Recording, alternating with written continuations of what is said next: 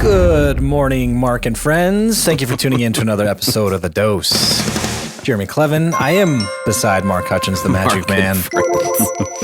That's good. Welcome to the comedy And show. the furry animal behind the glass, Mr. Byron Filson. Gentlemen, Morning. we're keeping the Be Relevant theme going from Mr. Ryan Hodge to the other co-speaker of the event, the coach, author, software developer, gym fanatic, beast mode, Mr. John Cheplak in the house. Yo. Is that enough of an intro? That's good It's morning. kind of too much. I'm saying they can't be talking about me. Sure we are. Oh man, good to have you back in studio. It's just you have one of those voices that I think that everyone's going to enjoy out there, right? Oh, yeah. I should just be quiet and let Mark and Cheplak here just go. You guys have this radio voice thing going We on. were in the overpopulated community of Jerome, Arizona yesterday, eating at a restaurant, and the guy stops us and says, What do you do? Your voice, you're this. I'm like, oh, well, okay. I'm speaking tomorrow. I knew it. He looks at his wife. See, tell him I told you. I knew he was a speaker. Thank you, Mom and Dad, for what you gave me. There A you captivating go. voice. There we go. Let's do This it. is Say what, the least. round 3 on the dose? Four. You've evolved round 4. Four. Wow. I mean, Wow. I'm the I know. PhD of You're attendees. You're like You are. you have a PhD in dose. Well, that's another story.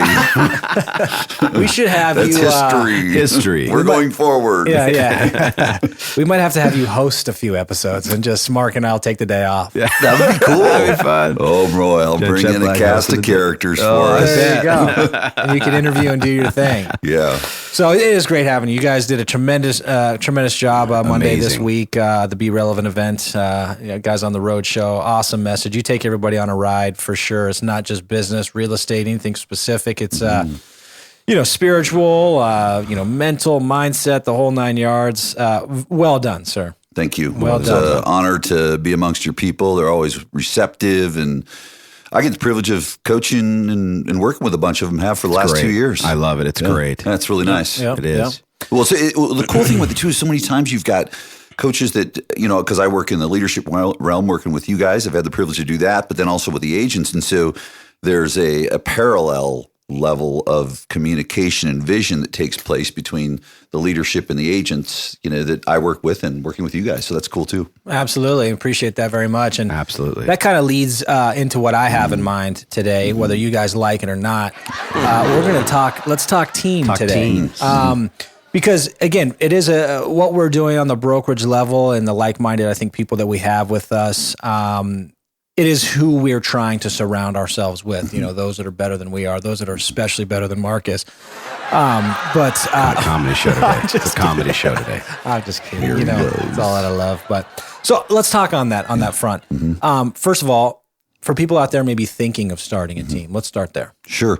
Well, it's the chicken or the egg situation where, whether it's at 5 million to 10 million, that's kind of the magic number that I see. And you'll see people get stuck or maybe not stuck. They just make the choice that we're not going to move forward. But a lot of it has to do with fear, that risk factor. And the bottom line is that you do need to take a level of risk in anything that you want. And so face that fact. People want a specific system. Do I go with a buyer's agent first? Do I go with an assistant first? Do I go with someone part-time? Do I go with someone full-time? And here's what I would say is ask everyone, believe no one.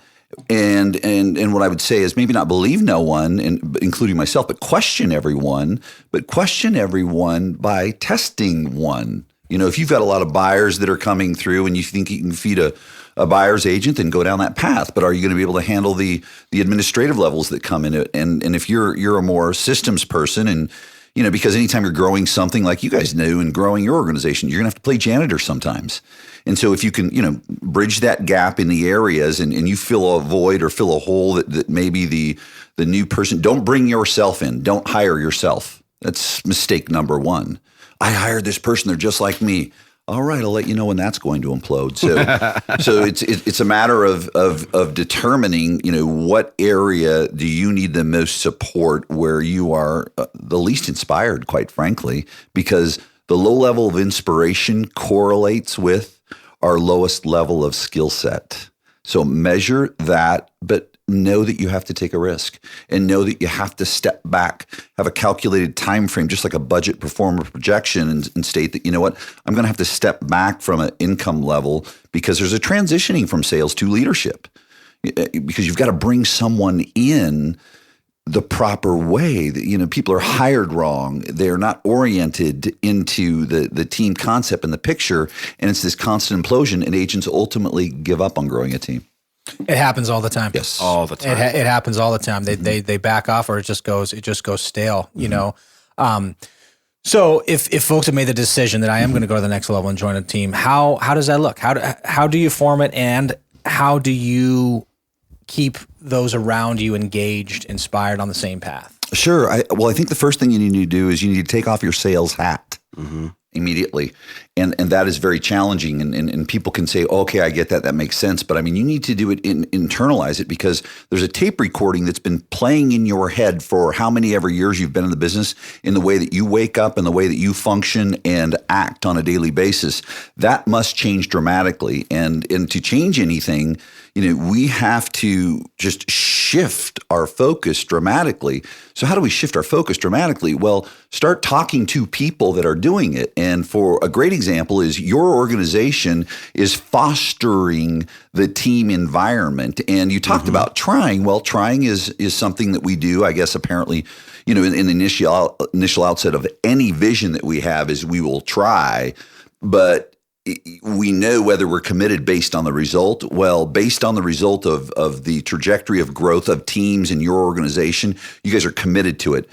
So your greatest resource, and I'm a coach and I'd say, come to me. No, find a leader. Yes, check out all the coaches that are out there, but look at an organization that is supporting that believes in it, and has other teams that have walked the mile that you guys have walked. You guys in bringing in agents that are growing a team and continue to. I mean, the gentleman I'm working with in your organization has gone from 3 agents to it's 26 agents in 6 months. Yes, insane. And that's twofold. So look for, number one, look for an organization that has other people that you can, by the way, good artists cheat, great artists copy, so that you can see what they're doing and ask them where they've been, but also be with a leadership team that supports it. And then here's the final piece. Ask the leadership team how they're running the organization, because all a broker, owner, manager is today's top producer. Yeah. Because they're working with systems, they're working with marketing, they're working with listing people that are focused on listing. You guys are working with, you've got some open house champions. Well, you've probably got someone that you're going to want on your team as you grow that, you know what, she or he is the open house king or queen. Mm-hmm. So I think that, you number one, take the risk. Number two, find an organization that supports and fosters that environment. Copy what those leaders are doing, because that's all a leader is, if you got $1 billion company, well, guess what? The $1 billion owner is a $1 billion top producer compared to a team. Sure. Mm-hmm. The principles are the same. We say that all the time. Yes. Where the principles of an agent are just like that of a broker owner when you're trying to truly build a business. Mm-hmm. So, and a lot of times we see that on the brokerage level as well, where people just think that they want to grow, or they say, and I love that you said try. Trying is the lowest form of commitment. Sure. I'll try. You're going to be there? I'll try. You won't be there. We know. Guess what? Can I share something with you? Yes, you can. I know how this play is going to end. Yeah. But you see a lot of people doing that as well. And the other thing you're talking about, sacrifice as well. Because a lot of people in our marketplace, and I'm sure around the country, get to 40, 50, 60 agents, and then they stop. Mm-hmm. Well, and let me go back to, and then let's leapfrog, because we've got a scenario right now where I'm working with an agent in your organization that is at 60, and the declared number is going to 200. Mm-hmm. That's it. So, but I want to come back to this risk thing, and hopefully, to give everyone a borrowed belief, because it's someone you're leading, so it's happening in your environment, but it's someone's in the spot. This gentleman that we're talking about, his wife was expecting. They also have another little one that's under 4 years old. Mm-hmm. And he was in the chicken or the egg space doing about $8 million a year, and took a huge step back and a risk for the long term to build this team. So there, people do it. There's the risk part of it.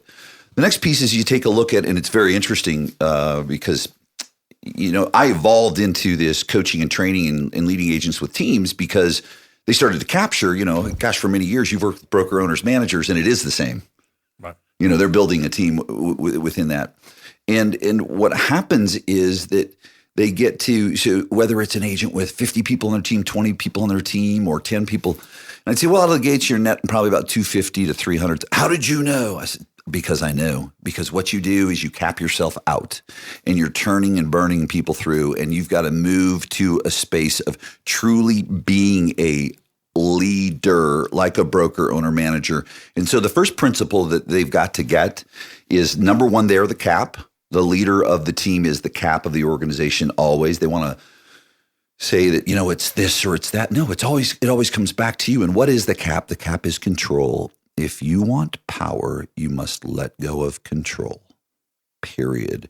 Your job as a former top individual agent to a now top team is one thing and one thing only on a daily basis.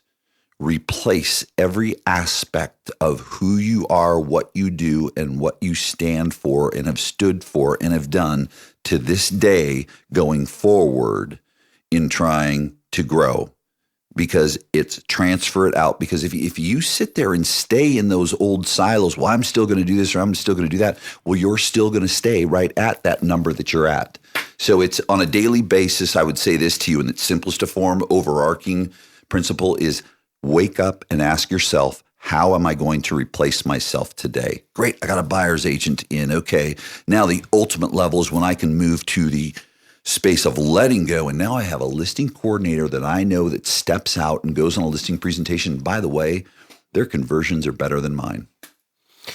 Man, you got me already. You had me at hello. So, hey, let's stop there for Friday. Okay. I want to give a good hook for Monday because here's a question that after I'm hearing all of this is, when is the time right? I don't know if there's not even a right answer to that, but I'm sure you get that all the time with coaching sessions with individual agents where they ask you, hey, John, when is the right time where I actually should start growing a team? Because I think sometimes people are either premature or maybe they waited too long. So maybe we can touch on that on Monday. Absolutely. Cool. Let's do it. Hey, real guys, too quick. This is a plug out there. This is kind of what we do for our agents. But hey, MHG agents, don't forget today, if it was your birthday in the month of April, don't forget Over Easy Today, birthday breakfast, 9:30. Sounds delicious. Byron, you coming? John, you coming? Flying. Yeah, flying. Yeah. All right, guys. I'm a flyer. You're a flyer. Woo. See ya on Monday. Have a great weekend. See ya.